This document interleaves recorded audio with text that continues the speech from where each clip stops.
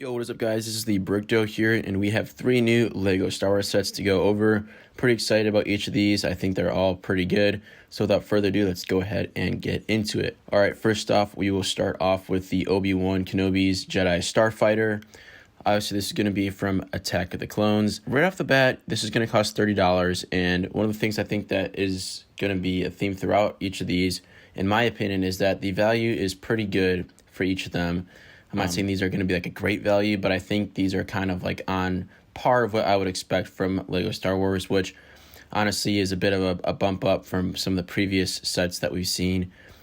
And so this set we have R4, nothing really too much to say about that. We have Obi-Wan, and so I really like the printing used on both the legs, torso, how the robe kind of comes down there. I think overall it's just pretty much spot on. I think the hairpiece is pretty good too. I know some people had some slight complaints maybe with the use of that hairpiece, but I think that honestly is pretty much spot on. And again, I think this face too, I think the face printing looks good as well, and the expressions and all that. So overall, I think definitely give a thumbs up for this minifigure. They also have the Kimonoan. I mean, so we have a new mold here for the headpiece, and I think it's pretty good. I mean, it's maybe not perfect. I'm sure if you were to look at the movies, you'd say, oh, maybe the neck's a little bit skinnier, it's a little bit taller. But I think for something that works and that's durable and that fits sort of minifigures, I think overall that's pretty good. Looking more at the build itself, it is just a Jedi Starfighter, not too much to it. One thing to note, though, I will say, is the use of these stud shooters. Now, I'm not a huge fan of stud shooters. I don't think that this particularly kind of blends well into the set, but I think we've seen much worse offenders with stud shooters in the past. I don't think that this is huge, but it's stud shooters. You know, unless you're a big fan of them, I think you'd probably rather just have something that maybe fits the color scheme a little bit more, or just isn't as bulky. They did do a good job of blending in the bulkiness of these stud shooters, I think, into the build of the ship. Similar to past Jedi Starfighters, you can place the head of R4 in here and then his body in this compartment here, so nothing too new. And overall, again, it just seems like a decent $30 Jedi Starfighter, and I think the minifigure selection is very good, and the execution of those minifigures, I think, is excellent as well. No complaints really for this one. If you wanted to nitpick anything, I think the box art is definitely one to do that. So the stripe situation is a little bit interesting.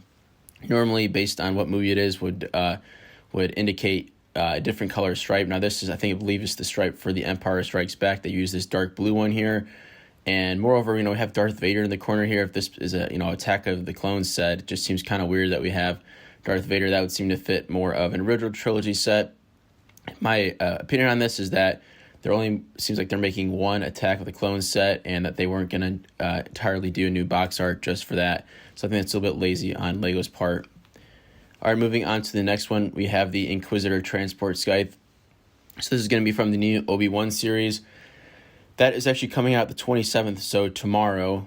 We did see this ship and these minifigures in the trailer, so I feel like we can comment a bit on the accuracy, but I don't think we can completely look at the accuracy of this and say it's perfect or this is wrong, because we've only seen it really in the trailer.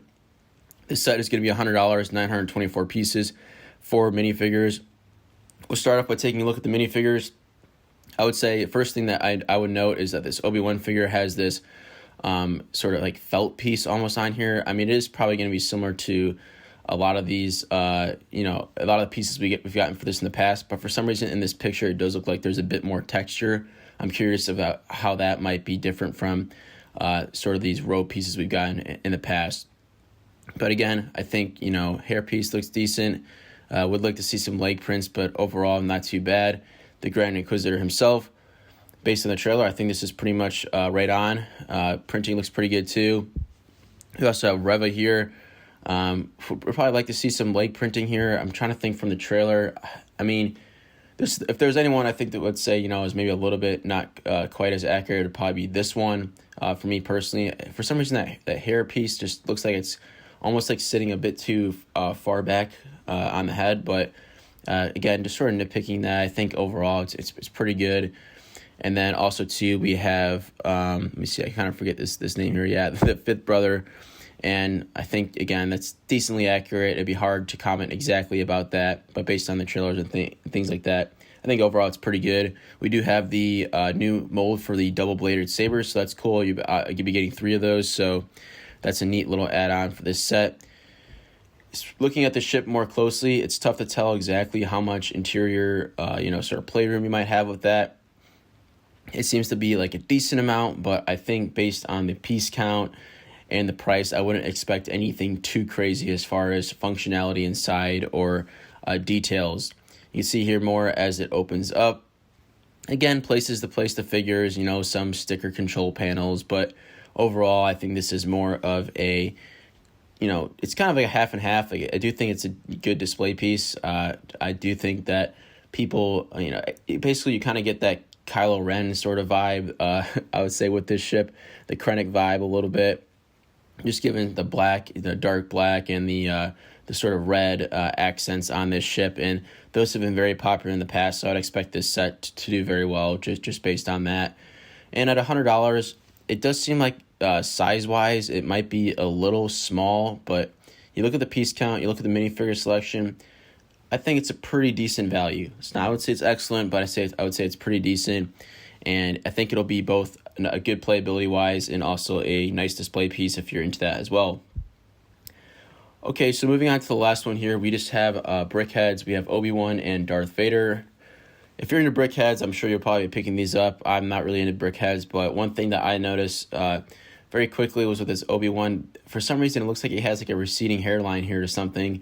I don't know why, but I feel like his hair needs to be like pushed up one stud. It just seems a little bit awkward there. Moreover, I don't think we see any printed pieces in either of these, which is a little bit disappointing. I think with BrickHeadz, that's always a nice little add-on when you're paying, $20 for 2 of these. Moving on to Darth Vader. If you're into BrickHeadz, I'm sure you'll probably enjoy this. It's tough to tell if any of these will be printed pieces. I'm going to guess mostly stickers. Besides this one, looks like it could be printed. Tough to tell from these images, but I don't think that'll deter BrickHeadz fans necessarily. It'll be mostly a nice surprise, I guess, if there is a printed piece for them. All right, guys, so that sort of wraps up my thoughts on these 3 sets. Overall, I think they're 3 solid sets. I don't think you can go wrong with either of them.